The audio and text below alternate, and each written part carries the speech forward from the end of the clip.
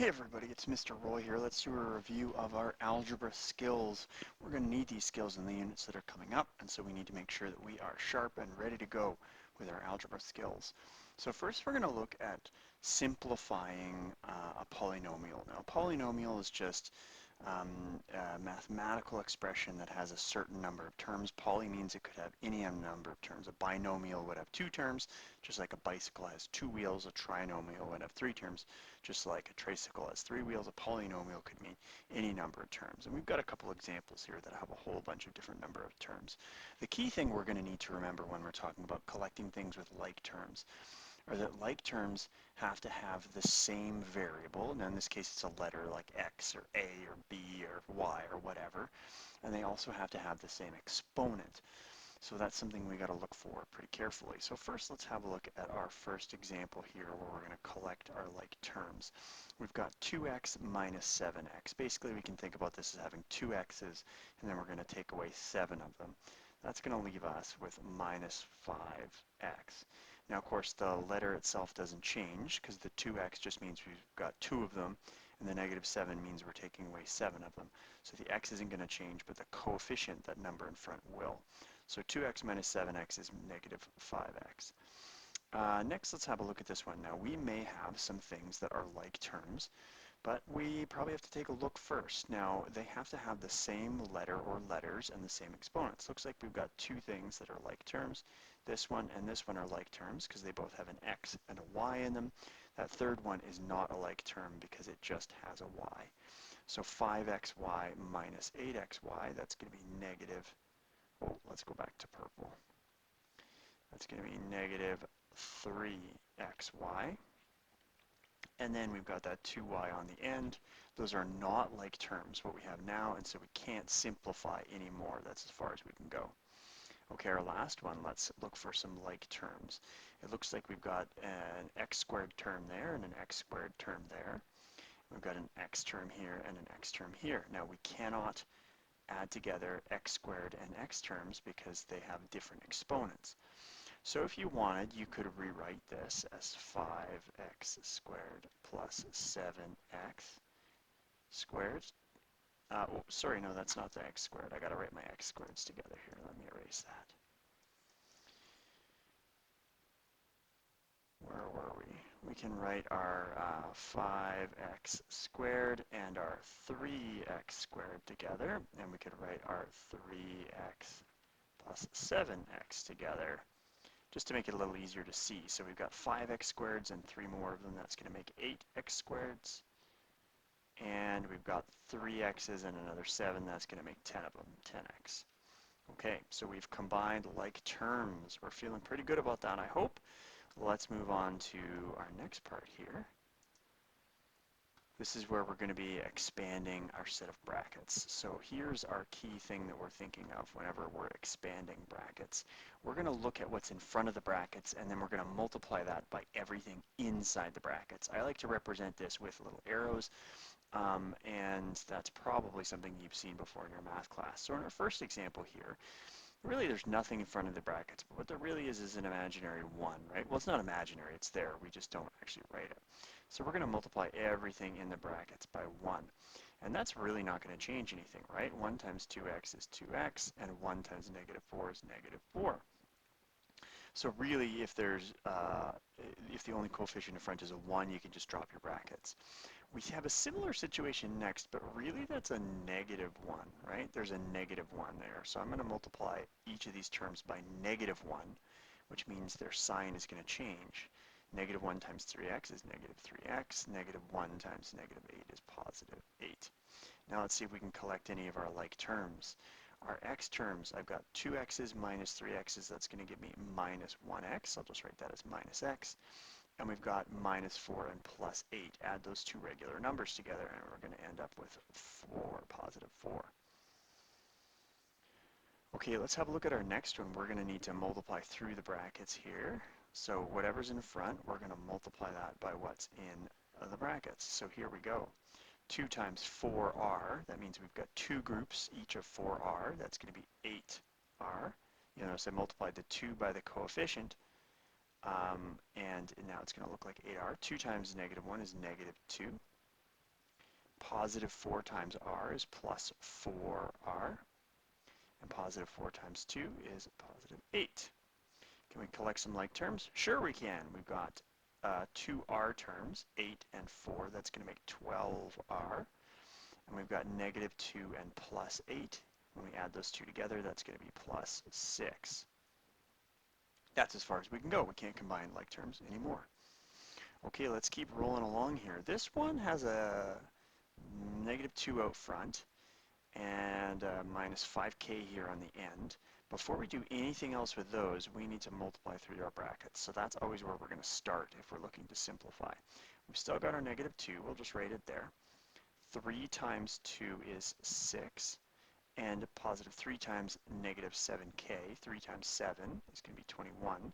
Positive times a negative is a negative answer, so negative 21k. And then we've still got our minus 5k here on the end. Okay, let's combine our like terms together. I usually like to write the term with the variable first. So let's add negative 21k and negative 5k. Add those together, we're going to get negative 26k. And then we've got negative 2 and positive 6. Add those together, we get positive 4. We've collected our like terms and gone as far as we can. Okay, now one that's a little trickier. In this one, I've got a 3x. So it's not just a regular coefficient, not just a number. It's also got an x there. Now, a thing to remember is when I multiply variables together, like x is an example, I'm going to add their exponents. So I'm going to say add exponents. Put that as a little note there. Okay, so what does that look like? 3x times x squared, that's going to be 3. The 3 is still there. And then instead of x to the 1 or x to the 2, it's going to be x to the 3. I've added their exponents together. That invisible 1 that we don't normally write, and the 2 add together to make 3. So 3x cubed, we would say. What about 3x times negative 4x? Well, 3 times negative 4 is negative 12, and x times x is x squared. 3x times positive 2, 3 times 2 is 6, and we've still got the x on there. Now, I can't collect any like terms. You might be tempted to add all these numbers together, but we can't add these things together because one has an x cubed, one has an x squared, and one has an x. And we know they all have to be x's and have the same exponent in order for them to be like terms. They don't have the same exponent. They're not like terms. Okay, let's keep rolling along. You might hear the term evaluate an expression. And if you hear that term, what we're looking to do is first we're going to simplify as much as we can. And then we're going to replace that variable with the value that we're going to give it. Okay, so let's try a couple examples, and I think that'll make this nice and clear. One thing to watch out for, though, is when you're substituting in for, say, x, or whatever your unknown happens to be. That's when you can really get into trouble. So I recommend putting brackets around it when you substitute in. I'll show you what I mean right now. Okay, so we've got 2x plus 3 times 2x minus 5. Remember, the first thing we got to do is multiply through those brackets, right, before we can collect our like terms. So to simplify, let's keep our 2x right where it was. 3 times 2x, 3 times 2 is 6, so that's going to be 6x. And 3 times negative 5, positive times a negative makes a negative number, negative 15. Now we can collect like terms to simplify a bit more. 2x and 6x makes 8x when we add those together, and we've got our minus 15. Okay, now at this point we can actually substitute in our x value. X equals negative 2 in this particular case. So let's do that. What I'm actually going to do is everywhere that the x was, I'm going to put some brackets, and inside those brackets I'm now going to put a negative 2. This makes it nice and clear and makes it really easy to not make a mistake.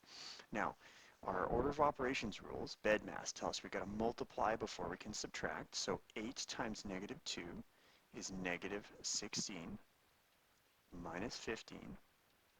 Negative 16 minus 15, that's going to be negative 31. So we evaluated our expression for x equals negative 2 by first simplifying and then substituting in negative 2 for x. Let's do the same for this one here. 3x times 5x, 3x times 3. Well, 3 times 5 is 15, and x times x is x squared. 3x times 3, 3 times 3 is 9, and we still got an x on there. Now we can't simplify these anymore. That's as far as we can go. Let's substitute in our negative 2 everywhere we see an x. So we're going to have 15. We're going to put a negative 2 in the brackets where the x was. We've also got a 9, and we're going to put a negative 2 in the brackets where the x was. Now my order of operations tells me I need to do exponents first. I cannot multiply the 15 by the negative 2 because I need to square it first. I need to do my exponents first. So that 15 is just going to stay like it is. And now I got to say to myself, what is negative 2 squared? Negative 2 times itself. Negative times a negative gives us a positive. So negative 2 squared will actually be 4. We've also got 9 times negative 2, but we don't want to do that yet because we're just dealing with our exponents in this spot. Now let's do our multiplying. Okay, 15 times 4, that's going to be 60. And 9 times negative 2, that's going to create a negative number, negative 18. Let me scroll down a little bit here to get us some more room to work. And we say, okay, now we've got just like terms left over, right? Just regular numbers, so we can do our subtraction at the very end, and we'll say it's going to equal 42. So we're all done. We've evaluated for x equals negative 2 by simplifying and then subbing into the brackets. Okay, we're rolling along fast here. This is kind of a quick lesson, and we want to make quick work of it. As it is a review, let's have a look at our solving equations. So in this case, we want to solve for our unknown. X, A, B, M, T, whatever we're using to represent the unknown. So to solve an equation, first thing we're going to do is expand any brackets if we have some, and then we're going to rearrange it. And we're going to rearrange it such that our unknown is on one side, and we may have a couple instances of it. We're going to move them all onto one side, and then all the other regular numbers we're going to move onto the other side. Okay, now we have to remember, of course, anything we do to one side, we need to do to the other side. So if I multiply one side by 5, I need to multiply the other side by 5 to keep them equal. If I subtract 4 from one side, I need to subtract 4 from the other side in order to keep them equal. So how that ends up looking is, when we actually do an operation, it almost looks like we move it to the other side and do the opposite operation. Okay, so let's jump in with a couple examples here of solving these equations. And we're also going to check our answer for once we get to h. I'll show you how to do a check. So here's our first one, m plus 3 equals 9. Well, I want to get m by itself and everything over the other side. So what I'm going to do to undo adding 3, I'm going to do the opposite. I'm going to subtract 3 to get rid of that, and we'll have m by itself. But if I do it to one side, I've got to do it to the other side. So that means I've got to subtract 3 from both sides. Well, on the left side, positive 3 and negative 3 cancel out to be 0, and all I'm left with is m. On the other side, I've got 9 minus 3, that's going to be 6. So I've got m equals 6 for my first one. You could probably just look at it and figure that out, but we want to follow a method here, right? Similarly for b, we want to get m by itself. Right now it's being divided by 3. How am I going to get rid of a division by 3? Well, I'm going to do the opposite. What's the opposite of dividing? It's multiplying. So I'm going to multiply my left side by 3. I'm also going to multiply my right side by 3. Well, on my left side, 3 divided by 3 is just 1. So I can cross them out, and they're just going to equal 1. And I'm left with an m there. On the right side, I've got negative 3 times positive 3. That's going to be negative 9. Okay, what if we end up with, like C here, we've got 2 b terms on one side. What do we do with that? Well, first we're going to need to simplify. So let's collect the like terms. So we've got 4b minus 6b. Let's add those together. That's going to be negative 2b equals 12. Now we're almost there, but I notice that my b term is being multiplied by negative 2. So I want to undo that multiplication.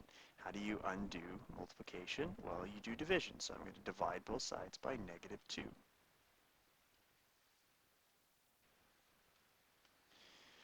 So negative 2 divided by negative 2, that's just going to equal 1, so I can cross both of those out, and all I'm left with is b. And then on the right side, 12 divided by negative 2, well, 12 divided by 2 is 6, and a positive divided by a negative is a negative, so b is going to be negative 6. D, I've got 4t minus 6 equals 10. So we've got a couple operations here to get t by itself. It's being multiplied and it's being subtracted. So when we're undoing operations, we're going to be basically doing the opposite of BEDMAS when we've got addition and multiplication. We're going to start by, because we're undoing the operations, right? We're going to start by adding 6 to both sides to get rid of that negative 6. So that'll leave us with 4t on the left. 10 plus 6 is 16. Now I want to get t by itself. Let's divide both sides by 4. If I divide the left by 4, I'm left with just t. If I divide the right by 4, that's going to be 16 over 4. Well, what's 16 over 4? 16 divided by 4 is 4.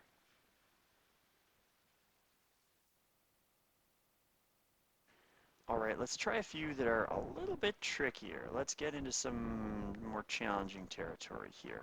Okay, we've got one here, e, that has x terms on both sides. So that's going to be a little tricky. I notice right away that I've got 2x terms on one side. So you could say, oh, I'm going to add those together and turn that into 4x right away. And that totally works.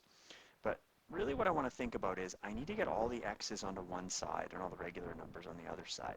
So I need to get this 5x over to the other side. Well, how am I going to do that? You might be tempted to like do some dividing or something, but really this is just two things added together, 5x and negative 6. So what I'm going to do is I'm going to subtract 5x from both sides. That's going to make it disappear from the right, and all that's left is negative 6. And on the left now I've got 3x, I've got x, and I've got minus 5x. Now all my x terms are on the left. It looks like it's sloping down a little bit, but we'll just deal with it. So 3x plus another one makes 4x. Minus 5x is going to give us negative 1x. I'll just write that as negative x. So negative x equals negative 6. Let's divide both sides, because x is being multiplied by negative 1. Let's divide both sides by negative 1. Negative 1 divided by negative 1 is 1, so that just leaves us with x. Negative 6 divided by negative 1 is just 6.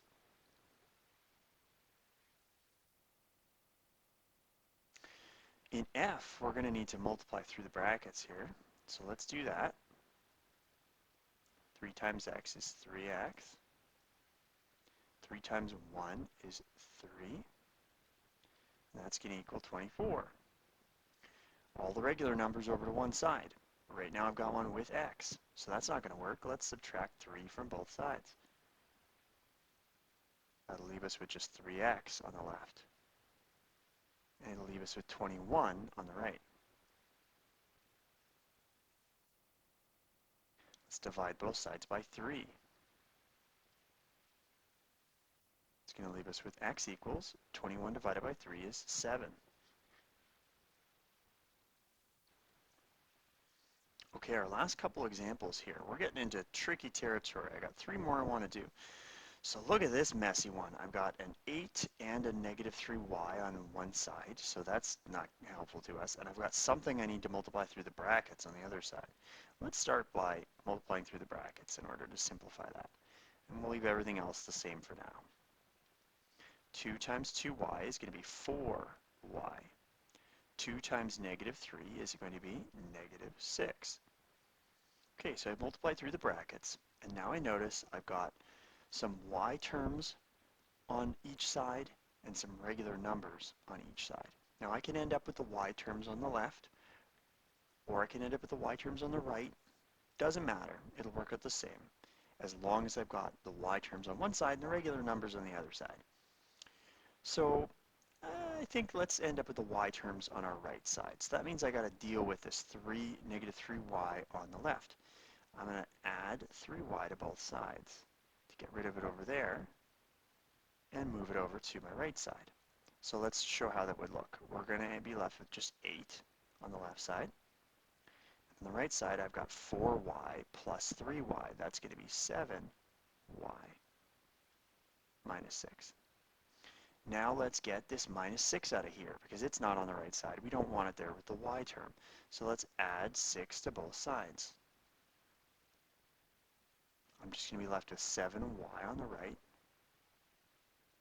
and 8 plus 6 is going to be 14 on the left.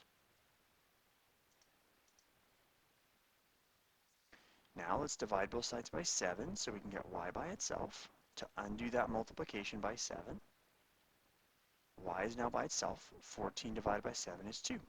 So y is going to be 2. And now let's jump in on our second to last one here. Let's write everything the same but multiply through the brackets and then see where we're at. 12 plus 2 times k is 2k. 2 times 3 is 6. I notice I've got k's on both sides and regular numbers on both sides. Well, that's a pain. So again, we could get the k's over on either side. We could choose the left or the right and then move the other numbers to the opposite side. Doesn't matter which one. I think the numbers will work out a little nicer if I'm going to move the k's over to the right. So I'm going to subtract 2k from both sides. That'll keep me from getting a negative k value, which I kind of like a little better. So 2k minus 2k on the left, those disappear. I'm going to be left with 12 plus 6. And on the right, I've got 3k minus 2k. That's just going to be k minus 6. Now you could add the 12 and the 6 together at this point if you wanted. Nothing wrong with that. I'm not going to do that yet, but you could. I want to get this k by itself, so it's being subtracted by 6. I need to add 6 to both sides to get that out of there. So k will be by itself. What am I left with? 12 plus 6 plus another 6. So it's going to be 24.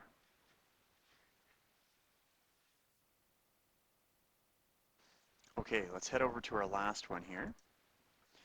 Oh, this one looks like a beast. Look at this. Yikes. Okay, well, we're going to do it. We can do it. I know we can. Let's jump in. Wow. Let's follow our method. First, let's just multiply through the brackets. Remembering that this is a negative 3, right? That we're multiplying through the brackets. Don't forget about that negative value. Okay, 2 times a is 2a. 2 times negative 4 is negative 8. Negative 3 times a is negative 3a. Negative 3 times negative 2 is positive 6, because negative times a negative gives us a positive. Okay, we're all done there. 4 times a is 4a. 4 times 1 is 4. And then we've also got this plus 4 on the end. Now this is a big mess. Let's see if we can collect some like terms here before we start moving things around, just to clean this up a little bit.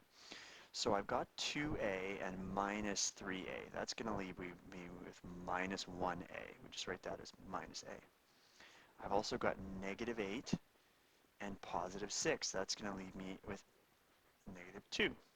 So negative 8 minus 2 on the left side. On the right side, our 4a doesn't have any other like terms to combine, but 4 plus 4 we can combine into 8.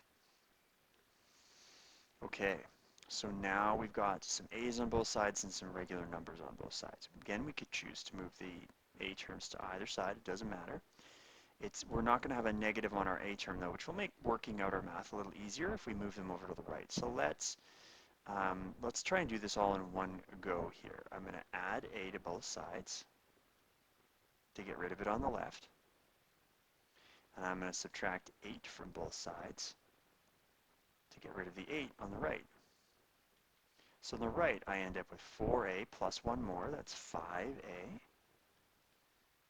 And over here on the left, I've got negative 2 minus another 8. That's going to give me negative 10. Let's divide both sides by 5. I'm left with just an a. 10, negative 10 divided by 5. Well, 10 divided by 5 is 2. So that's going to be negative 2. Okay, now earlier on, we asked ourselves, hey, let's try and prove that one of these is true. So let's figure out how to do that. So I'm going to remind myself which one that is. It was h. We want to check our answer for h. So let's go down to h. Here's h right here. So here's how we can check our answer for h. What I'm going to do is I'm going to do a left side and a right side and just check and see if they're equal. Okay? So I know the number's supposed to be 24. Let's check and see if that's right. So we're going to have a look at our left side. Okay, so I'll write ls for left side. And our left side is going to be 12 plus 2 times, and in the brackets here, I'm going to put 24, where a k used to be, plus 3. That's my left side. Let's keep working on that. Simplifying the brackets first, right? So 12 plus 2, anything we can do in the brackets first, we will. It's going to be 27. 24 plus 3 is 27. So now we have 12 plus 2 times 27. So that's 54. And 12 plus 54 is going to be 66. Okay, let's try our right side. See if it works out the same when k equals 24. I've got, for right side, I've got 3 times, where there's a k, I'm going to put in a 24 minus 6. So that's the right side of the equation. So if I go 3 times 24, that's 72, minus 6, that's going to equal 66. And we can say left side equals right side. And then we'll put a nice exclamation point because we're excited about it, and we'll underline it like a maniac. And there we have it. We've proven that 24 is the correct answer. That's the solution to this equation. Okay, everybody, so that is a quick review of our algebra skills. Now it's time to have a little bit of practice to make sure we're feeling fresh and feeling strong in our algebra skills, and make sure to ask for a little help if you need it. Let's go for it.